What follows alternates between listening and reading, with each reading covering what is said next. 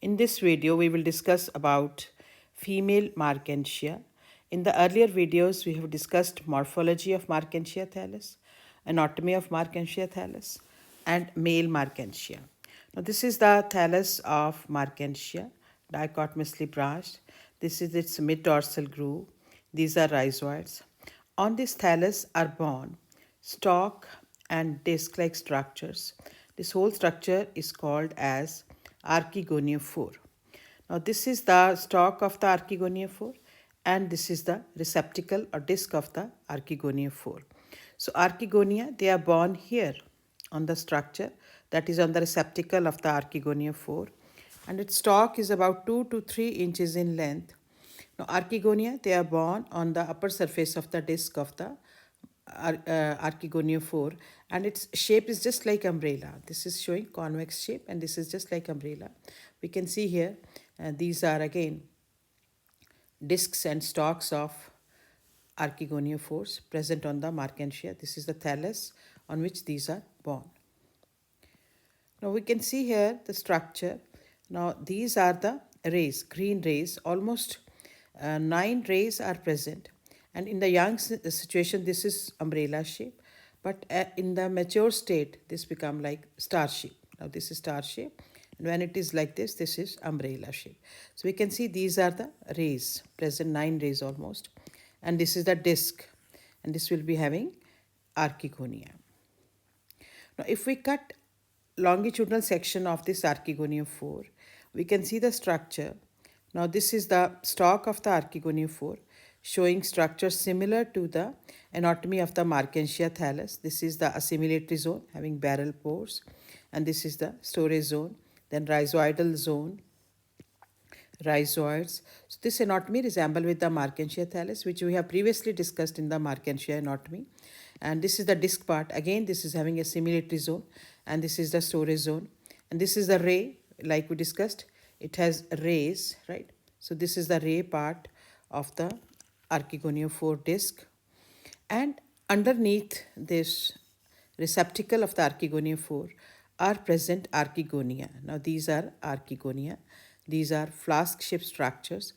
Now if we see Archegonia here, they are younger toward the stalk, right? This is most youngest, this is less youngest, this then again, this is in the order of maturity. This is the mature Archegonium.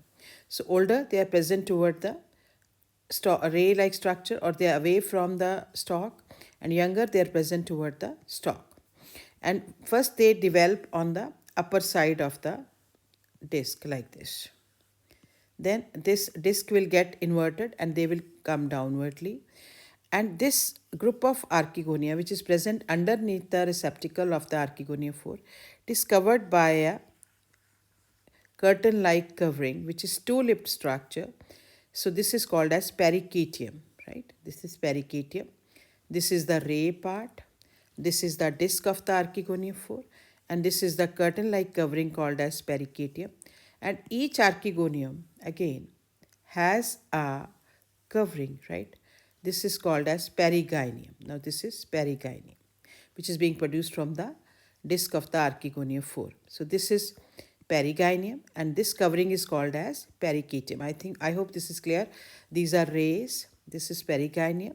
This is Periketium. Now this is the Archegonium. Now we can see here, this is the, like I have tried to show, that this covering outside the Archegonium is called as Perigonium, like here. Now we can see its structure is flask shape, right? It has a dilated venter and elongated neck part. So now we'll study about mature Archegonium. Now we have seen that surface of the disc is convex. Archegonia are inverted. They hang downwardly from the disc.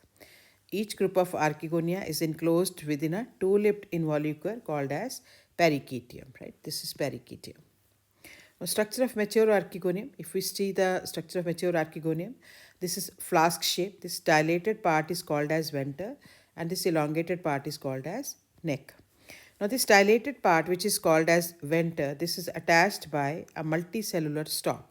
So this is the multicellular stalk, dilated venter having egg cell and ventricanal cell. This elongated part, which is almost made up of 6 vertical rows of cells, this encloses neck canal cells. 4 to 6 neck canals they are present. And this upper part, which is tip cell or lid part, this is made up of 4 cover cells. So this is made up of 4 cover cells. And venter has egg and venter canal cell. So this is the flask-shaped structure having dilated part venter, stalk, and this is the elongated neck. And all this archegonia is covered by a sterile covering, right? This is the sterile jacket which is surrounding all the cells of the archegonium. What happens at maturity? All the cells, venter canal cell and egg cell, venter canal cell and neck canal cell, they will disorganize and a mucilage is produced, right?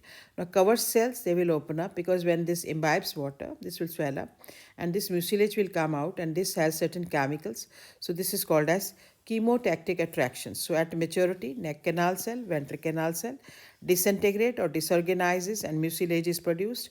Mucilage contains certain chemicals which attract enterozoite toward itself. Now this part is mature egg, or this is also called as oosphere. This is haploid in genetic constitution, right? All the cells have degenerated. Only in the venter part, what is left? This is the venter part having egg. Now, this is the male Marchantia Anthridium, right? Like we discussed in earlier video. Now, this is the Anthridium of the Marchantia. Now, this cell is called as androcyte mother cell. Now, this is the androcyte mother cell. This will metamorphose to form enterozoid. Enterozoid is having elongated nucleus, cytoplasm, and a pair of flagella. Now, when enthridia get mature, now these enterozoid will come out from the enthridia. This will burst open to liberate the enterozoid or spermatozoid. Again, they are haploid in genetic constitution.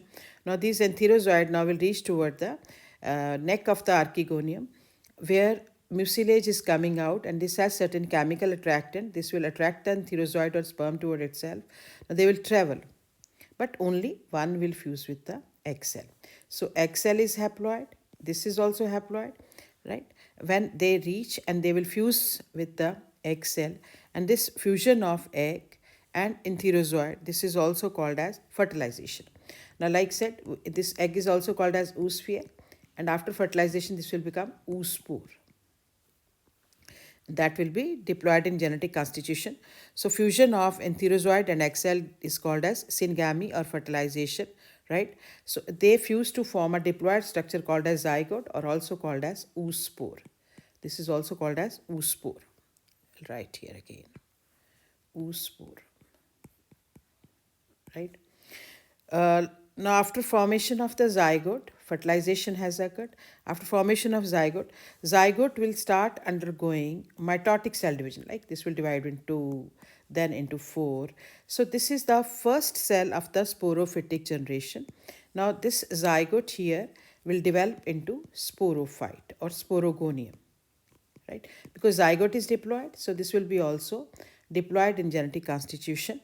So this is all about archegonium structure of female Marchantia. Thank you for watching my video. If you like my video, please like, share and subscribe. If you have any questions, you can ask in the comment box.